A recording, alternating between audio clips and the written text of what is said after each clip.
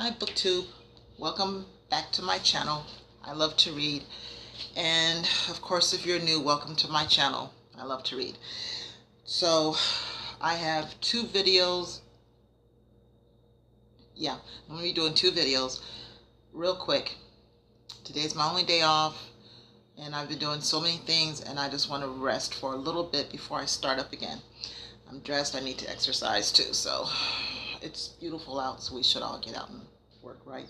So I'm going to get started. As my title read, it's a library haul and Dollar Tree. I'm trying to figure out what I was going to put as my title, and I knew it before I signed on, but not signed. I'm going to leave it because I'm rushing, and you guys know who watch me enough. When I rush, I'm even more, whatever. Okay, so we're gonna get started. This one is Dollar Tree. They had some awesome books. Okay, The Reason I Jump by, oh Lord, I'm not gonna try it.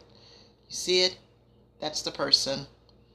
And introduction by David Mitchell, and it has to do with a 13-year-old boy who has autism. So I remember when it came out and I wanted this book. So to get it at the Dollar Tree, $1, awesome. The next one is called Starling by Sage Stossel. It's a Sage. Did I say Sage? Stossel.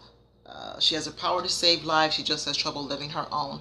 And from what I can remember, it's about a woman who's she has her like a career and things, and she lives in quick blurb. I'm not reading the whole thing, just a little bit, highlight of it. For Amy Sturgis, life in the big city comes with even bigger problems. Her marketing career is being derailed by conniving co-workers stealing her accounts. Her family crisis range from her down-and-out brother running afoul of the law to her mother's growing affection for the house cat. And then it goes to, I'm just skipping, and the last bit of it is, when Xanax and therapy fail to relieve her stress, Amy does what any young woman in her position would do. Blah, blah, blah, blah, blah, blah, blah, blah, blah. But while Starling is hailed as a superhero, will Amy remain a super zero? So I thought it sounded fun, and it's a graphic. Here you go. So you guys know what graphic novels are. Why did I do that? I don't know, but I mean, good grief! I hope it's good. It's gonna be quick. Graphic novels. I mean, I'm a fast reader anyway, unless I just don't like the book. But graphic novels, to me, even no matter what size, I read them quickly. So yeah, but it looked cute, so there you go. All right, Jacob's Oath by Martin Fletcher. I remember this one. And it's a National Jewish Book Award-winning author. And what it is that Jacob is a, let's look this beautiful book. Look at that. And the spine, can you see it? The glare from outside, sorry. Jacob's Oath is about a guy who survived the Holocaust, I think it is. And the rest of his family was murdered, but he vows to get the ones who's done it. And the German officers who were involved, but along the way, he meets a woman named Sarah. He falls in love, and then he's trying to decide, should he hold up to his oath, like who should be killed and who should live, or should he just leave it all and let the courts handle it and go on with his life? Oh, that tugged at my heart. I mean, you should read it. And then here's the back. So there you go. All right. I don't want to be too long. I'm so sorry. It's almost 5 minutes. This one is Worthy Brown's Daughter by Philip Margolin. And It's a true story. And see, there's a picture of the daughter. And what it's about is this man was told, slave, that he would be set free. And he was a slave in Georgia, and he was with his master, Caleb Barbour, who promised to reward Mr. Worthy and his daughter, Roxanne, freedom if they helped him set up a home in Oregon. Well, you know what happened. He helped him set it up, and old boy was not going to let him go. So it went from there, and he got a lawyer, and so, man, this story sounds familiar. But anyway, so I got it. Gonna read it. I'll let you guys know. I don't know when I'm gonna read it. I might push and read it though. I love when the covers are embossed. Can you see that? Yes. And there you go. So again, $1 when this book was $27. USA price $27. Okay. And the last one, Boston Under Attack. The City's Courageous Recovery and the Epic Hunt for Justice, Long Mile Home, by Scott Hellman and Jenna Russell. This is the bombing that took place during the Boston Marathon. Keep it on in Boston. I'm sorry to say I don't remember when. But they're reporters for the Boston Globe. I forget when.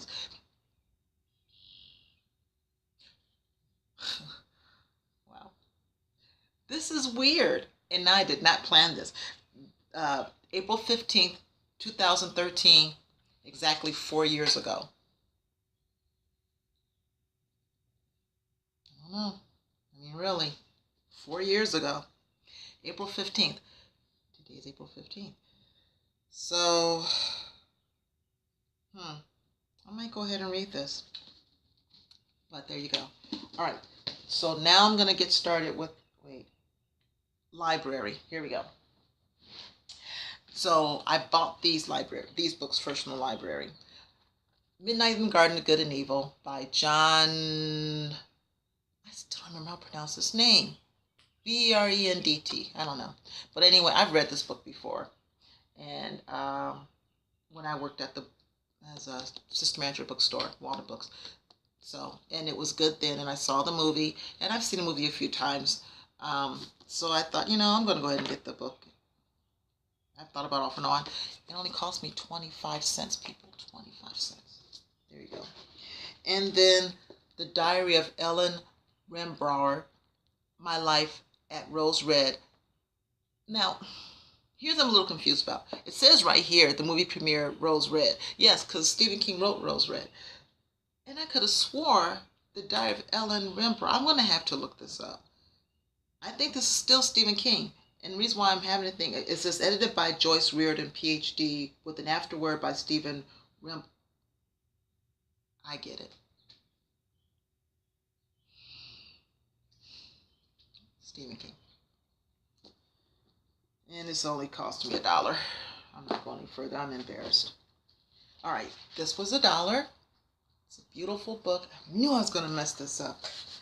I put lotion on my hand and I messed this up. So, 100 Years of Native American Paintings.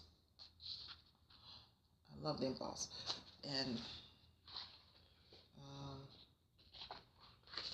okay, here's one. I never should have touched this with my hands. Hopefully you guys can see that. See it? I know, I don't want to break the binding. Sorry. So that's what I bought. Now here's what I checked out. If you went to BookCon last year, was it last year? Yeah, I think so. 20. Then you remember this book. I read Blank before you did, but I refused to do that. And it came from First in Line. I did a thing on that. Anyway, let me go. Spent too much time. It's almost 10 minutes, and I don't want to do that. I read this book. Jim Henson, Tale of a Sand. I'll do a review of it later. But, wait, am I finished? Oh, I'm not finished. But it's good. I'll do a review of it. But this is Jim Henson's book. So, that's the library book. And they're all graphic novels, people. And then Les Mis, Victor Hugo. I couldn't remember before who wrote Victor Hugo. I was tired. But, so, look at the depth. Here it is. that's what I checked out. That's my next one. I already have the book too, but you know, I want to read how it is in graphic novel. Shirley Jackson, The Lottery. I will do a video about my love of Shirley Jackson and her books. So it's authorized graphic adaptation by Miles Hyman. Yeah, I don't know if that open up a, yeah, it's beautiful. Wish I could, I'm gonna see if I can try to buy this somewhere. I don't know. Wow. The graphic novel in America is $30 and in Canada $42, $12 more. Canada's expensive. I don't know how you guys do it. And then I have one of her graphic novels, and I heard about this from, I think Elena Loves to Read. I know it's Elena, Elena, but she has a booktube channel and she loves her books, and I got her one recommendation she gave about her graphic novel. Anyway, here's one of the installments of her book, Something New by Lucy Kinsley, Tales from a Makeshift Bride. And that's the graphic novel. And that's that. So, okay, people, thank you so much. I'm so sorry that I went further beyond what I wanted to. I appreciate you checking into my channel. And I'm going to have on the same thing. I'm just coming back with Barnes & Noble. Thank you so much. Have a blessed day. If you don't come back for the Barnes & Noble one, then again, have a blessed day. Enjoy the day. Those who are Christians, keep God first in your life. And those who aren't, then thank Him for life anyway, whether you believe Him or not. And I have to also say that wherever He leads you, where you feel ledness in a positive way, then go.